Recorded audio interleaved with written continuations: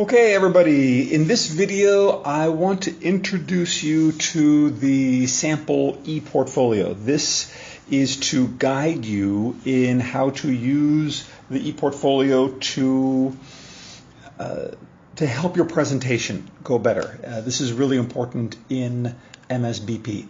So the thing to remember is the sample ePortfolio, it doesn't need to be the same as a report. It's there to help your presentation and help the audience to understand clearly.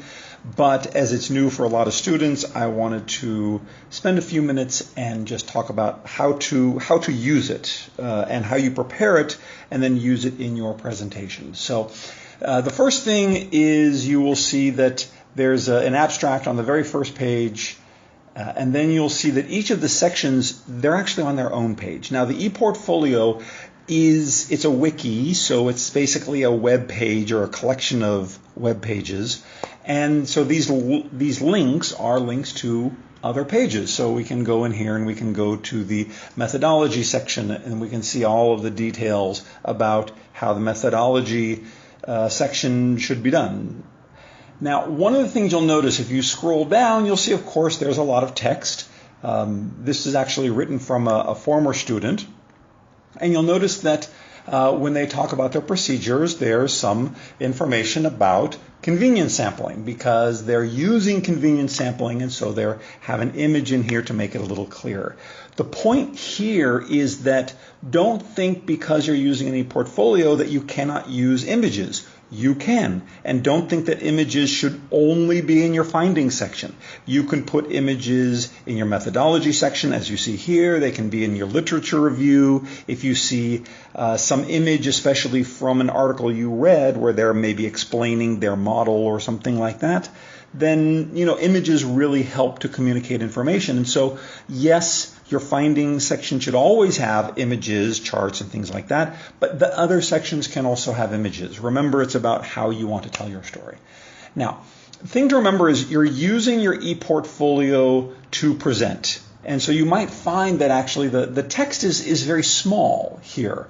And so you also have this little bar over on the left-hand side, this navigation bar. If you click this little hamburger menu here, that will disappear, and you can focus the screen on just the ePortfolio.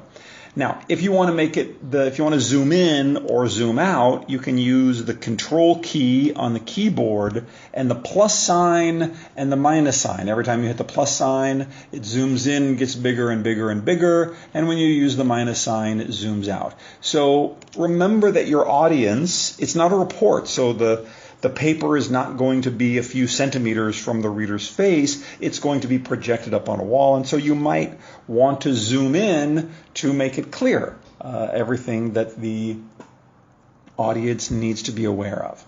Now, of course, as we've talked about before, we will see the findings section, which will have most of the images. And this is really important, right? This is really where you want to make sure that you're zooming in to make it very clear what you're talking about. Now, when you have several images like this, one of the problems that students do is they don't think about how the audience feels during the presentation. And they'll sit here and they'll say, okay, so here's my findings section. And of course, the audience is looking at this thinking, this tells me nothing. Why am I looking at this? Or they'll scroll down and say, yeah, in the finding, yeah, so you'll see here we have the age of the respondents, and it'll just scroll back and forth really quickly, and the audience can't see anything. And so you want to remember, this is about the audience's experience. So you want to talk about the age, focus that in the center of the screen, and then talk about it.